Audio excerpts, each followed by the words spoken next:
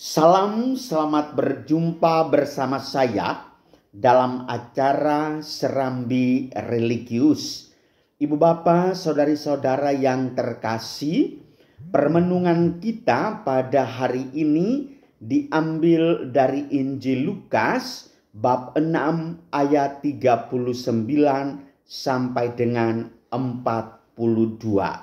Mari kita awali dengan membuat tanda salib. Dalam nama Bapa dan Putra dan Roh Kudus. Amin.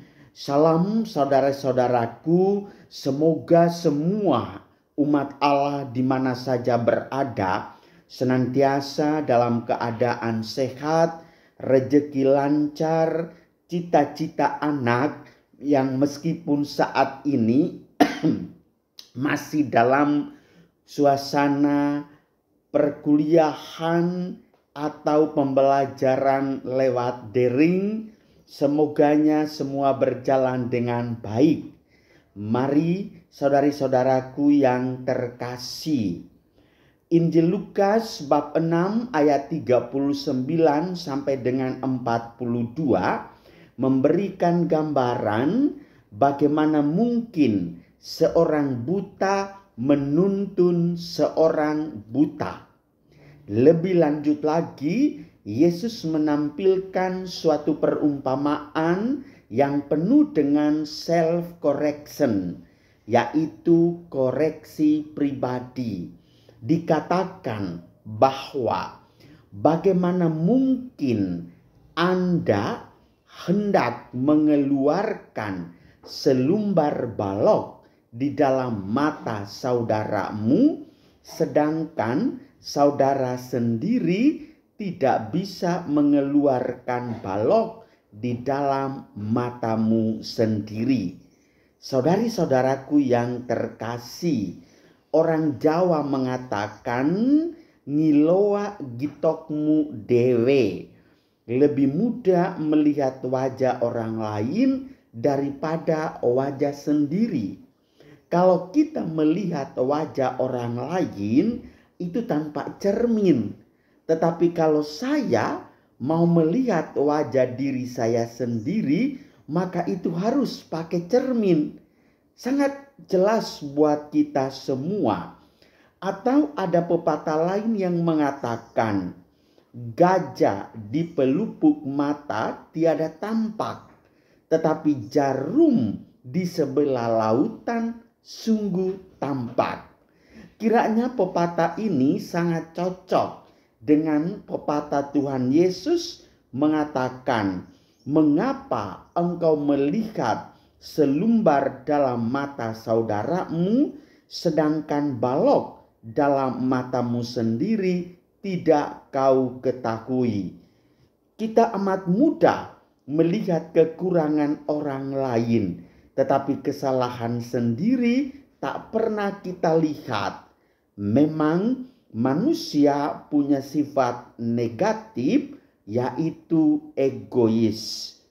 Kata saya loh dalam bacaan Injil bukan dikatakan kata kita, dan juga bukan kamu, bukan camat, tetapi menyangkut pribadi.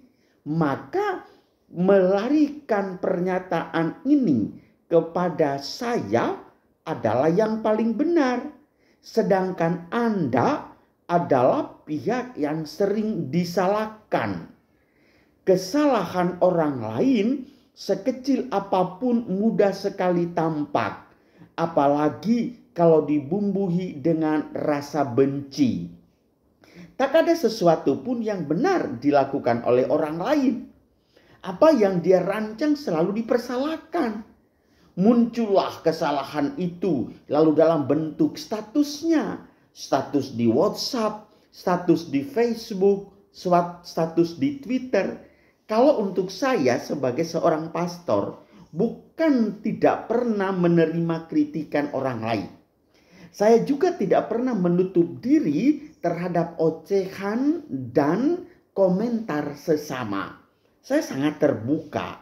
Tetapi saya sangat tidak terbuka dan sulit untuk menerima kalau seandainya kita mengomentari teman atau sesama atau pimpinan dalam level tertentu itu melalui status.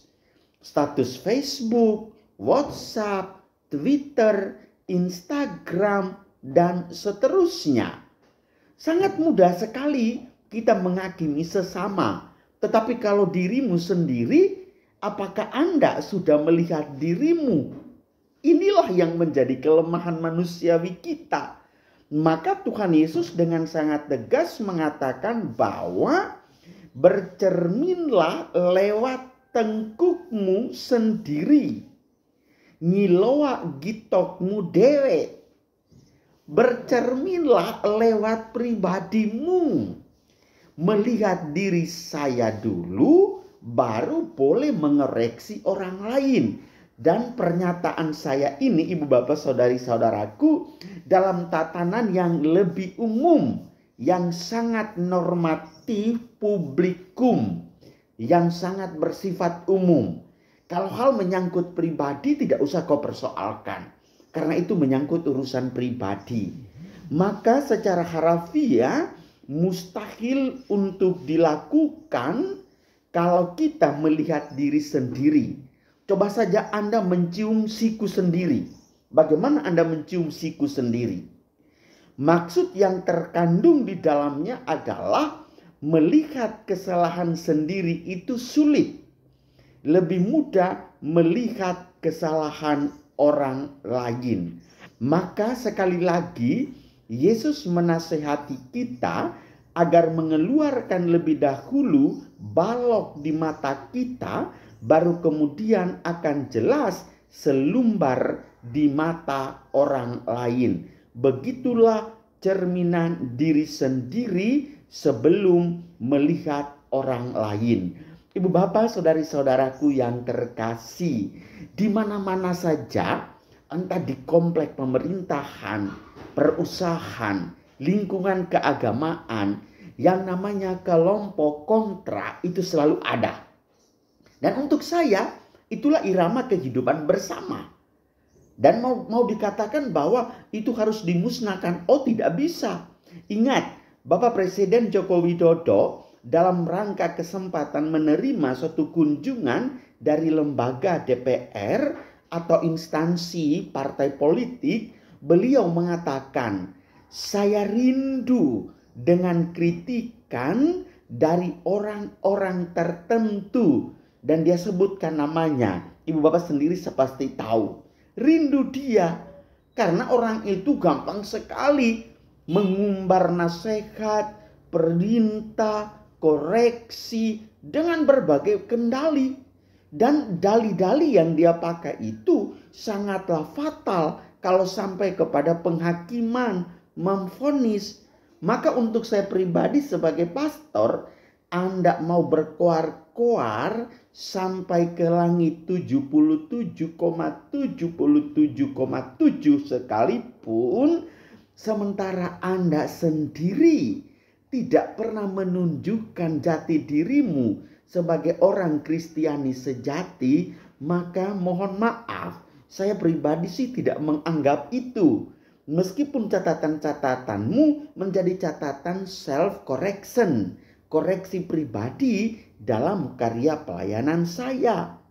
Apalagi kalau Anda sudah membumbui dengan rasa kebencian, rasa kejengkelanmu, rasa ketidaksukaanmu, itu tidak akan mempan.